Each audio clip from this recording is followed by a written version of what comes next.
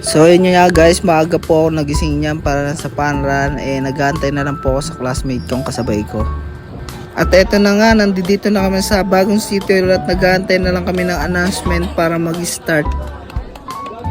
At nandito na nga po si Sir Bigo at nag-a-announce na siya kung ano yung opponent na gagawin namin sa fun run, and then yun. At dito sa part na to ay nag-stretching na lang kami para gising ang buong katawan na to lang mamulikat at maging active na yung aming katawan.